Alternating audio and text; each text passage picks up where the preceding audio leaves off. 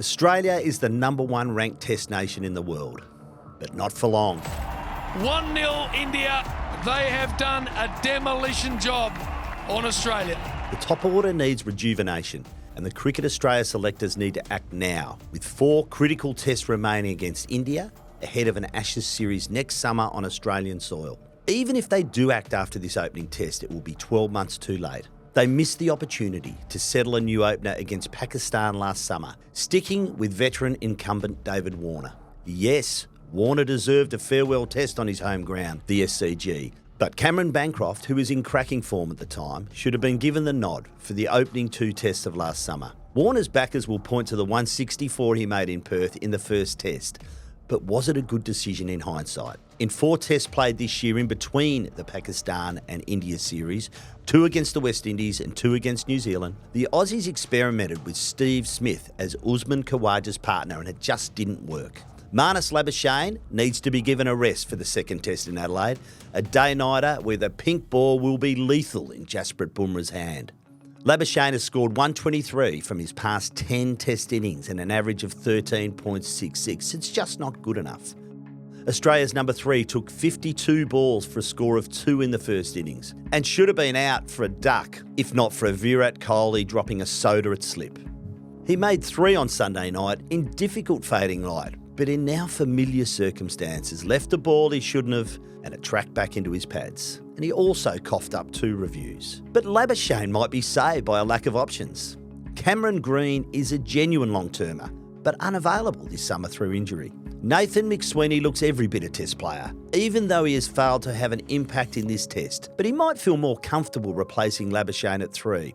That, of course, would leave an opening spot available, and selectors could do worse than bring in squad member Josh Inglis. Could he do a Matthew Wade and open? It's worth a try. The other option is Marcus Harris, who was overlooked for McSweeney for the first test. Or do they just bite the bullet and debut New South Wales youngster Sam Constas? Khawaja and Smith are also closer to the end than the start line, but the selectors should resist mass change. It's not a time for panic, but it is a time for boldness. India is the number 2 ranked test nation, but not for long if this test is any indication. They've made Australia look pedestrian despite missing 5 of their best players. Captain and opener Rohit Sharma has just touched down in Australia after missing the first test for the birth of his second child. Regular number 3 Shubman Gill has a fractured thumb. Paceman Mohammad Shami is also injured, while spinners Ravi Ashwin and Ravindra Jadeja were not picked for this test. Nitish Kumar Reddy and Harshit Rana made their test debuts as India's 315th and 316th capped players. Emerging superstar Yashasvi Jaiswal lived up to the hype with an entertaining, industrious and belligerent 161, while Virat Kohli gave Perth a farewell to remember with 100 of his own.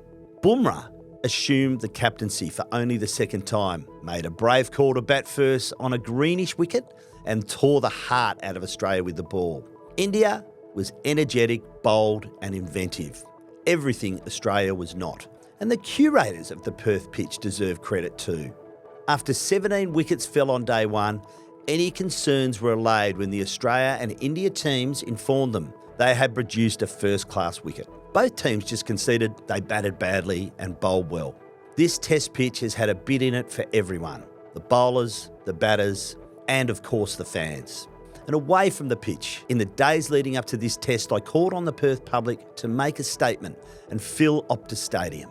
The first test is locked in Perth for the next 2 summers after this one, but the record crowds that have shown up should ensure its long-term viability. The date works, the time zone is perfect for international and interstate television viewers. The Blue Army of Indian fans has soaked up every ball, and haven't we loved the colour and music? And even Aussie fans have turned out in gold. West Australian cricket fans, give yourselves a pat on the back. All that is left is for the WA government to declare day 1 of the Perth Test each summer a public holiday, and they can move WA Day to accommodate it. Why not offer free tickets to all district cricketers, junior and senior, so we can fill the top tier as well? The Ashes are looming next summer, and there is every chance a new record crowd will be set. It looks like we've got it right off the field. Now, if we can just get it right on the field.